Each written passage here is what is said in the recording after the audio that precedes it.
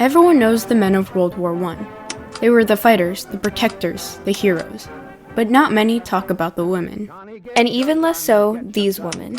In France, when the United States military was struggling to coordinate activities, these women resolutely entered a new frontier, in which they worked on the front lines of the most destructive war to date. All while enduring the prejudices of their male counterparts and the public. They participated in some of the most significant events of the war, including the Meuse-Argonne Offensive and the Treaty of Versailles. Yet, even after they crossed frontiers in telecommunications and pioneered women's roles in the military, they weren't acknowledged as soldiers until 60 years after their service. These women were the Hello Girls of World War I. The Yanks are coming, the drums coming everywhere. When the United States entered World War I in April 1917, they sent General John Pershing and the American Expeditionary Force to aid the Allies in the war effort in France. But when they arrived, they encountered a major issue with communications in the Allied Army. At the time, most countries used telegraphs, signal lamps, and radios to communicate. But they were very inefficient, as all of them utilized Morse code communication and lacked the important nuances of human-to-human interaction. The telephone, however, had a clear edge, as it was lightweight, not electricity-dependent, private, quick, and the only system at the time that could connect voices. It was a revolutionary invention that broke through a new frontier in communications. All a caller had to do was pick up the phone, tell the switchboard operator their number or name, and they could get in touch with anyone. The operator, on the other hand, had a more complex job. They got calls from a central exchange wire and had to patch them into the recipient socket on the switchboard. Surprisingly, this was one of the few predominantly female occupations. People found that women were more polite and efficient than men when operating switchboards. The United States were famous for their advanced telephone technology. However, in France, after years of constant warfare, the telephone lines were in rough shape. Many American soldiers had trouble communicating with the local French switchboard operators due to the language barrier. Yet the male English-speaking operators sent by the US Army were even worse, as they were impatient and didn't have the right temperament to deal with rude callers. So General Pershing sent a telegram to America, requesting for young, bilingual women telephone operators to be sent to France. At first glance, this doesn't seem like an unusual request of the Army, especially because the Navy and Marines had already begun recruiting women into their ranks to fill clerical jobs. Even before World War I, women had already played minor roles in war, often finding work as army nurses and cooks, or aiding soldiers from the sidelines by making supplies like uniforms and blankets. Despite this history, the request for female operators was met with backlash, as the Army hated the idea of women who were supposed to be housewives, cooks, and mothers operating so close to the front lines as actual soldiers, and they thought that their enlistment would cause other nations to mock the United States for being too feminine. In fact, while many Americans shared this misogynistic sentiment, when the advertisements for female Signal Corps recruits appeared in newspapers, women swiftly applied, eager to show their patriotism and become real soldiers of the Army. Despite the many stringent requirements, including that women had to be between the ages of 25 and 35, they couldn't have husbands in the war already, they had to speak both French and English perfectly, and they had to be in good physical health, more than 7,600 women applied. The recruitment process was meticulous. Applicants were selected and approved based on telephone experience, French and English fluency, heritage, and even character. Most operators remember the test as being an arduous experience. In fact, many of the assessments and qualifications were the same as those of male Army officers at the time. These women were expected to not only be the best of the best due to their significance to the Army, but also trustworthy enough to handle battlefield secrets on the front lines.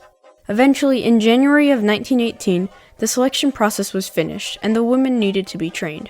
So the American Telephone and Telegraph Company, AT&T, partnered with the Signal Corps, the Army's communications support branch, to coach the women.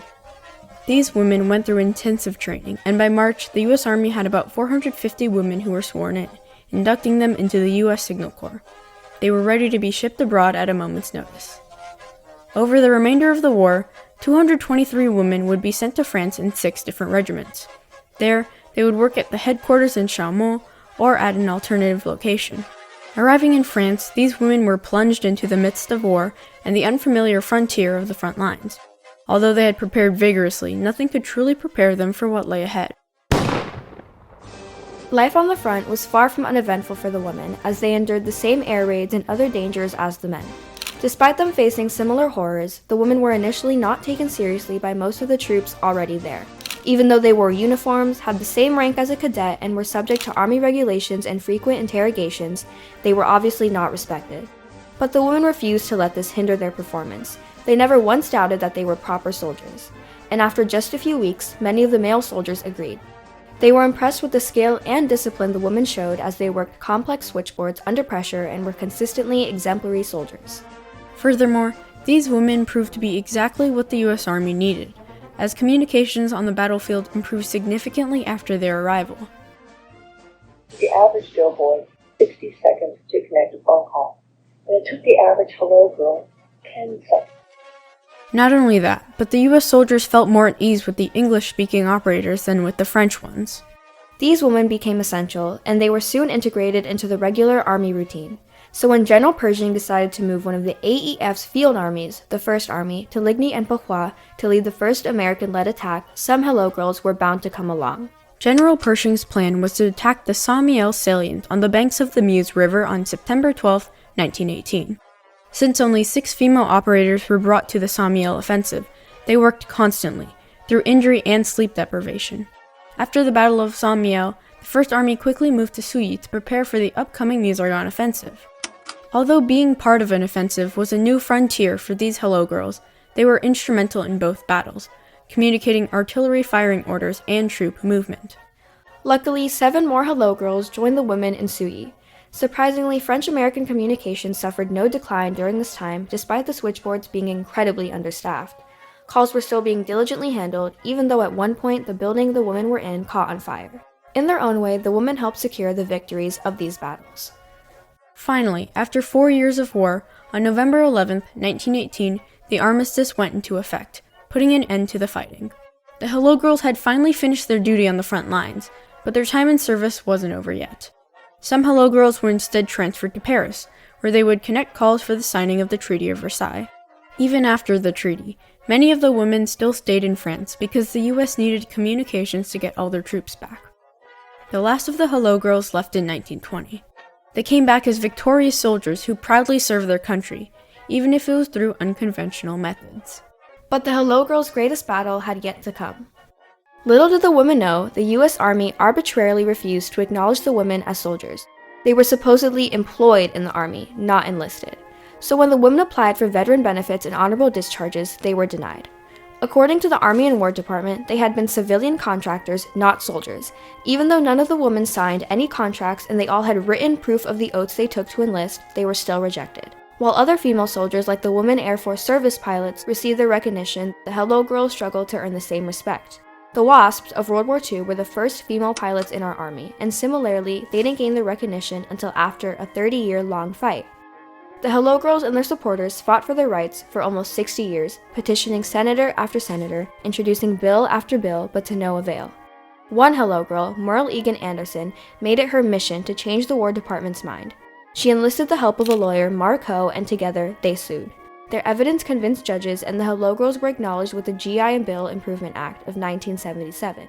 For the Hello Girls, it took 60 years, 24 failed bills, and countless ignored petitions before they finally got their recognition as soldiers of World War I. 2 years later, the remaining Hello Girls received honorable discharges. But 60 years later was 60 years too late. There were only 33 surviving Hello Girls in 1979. Society had finally progressed to the point where the Army could admit they made a mistake in not recognizing the validity of the Hello Girls' claim and their contribution to the war effort. Had it been a different time, the Hello Girls would have cemented their place in history as pioneers who crossed frontiers in communication and women's roles in both the military and society.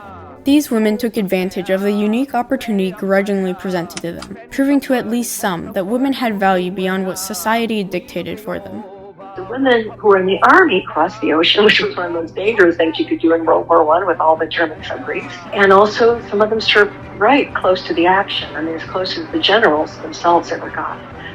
And so the Army, which had exposed women to so much greater harm, and who did die, refused to acknowledge them. And I think all we can say is that prejudice against women was very old and very deep, and we should all be very, very grateful that times have changed as much as they have, and treasure that progress. Come back. till it's over there.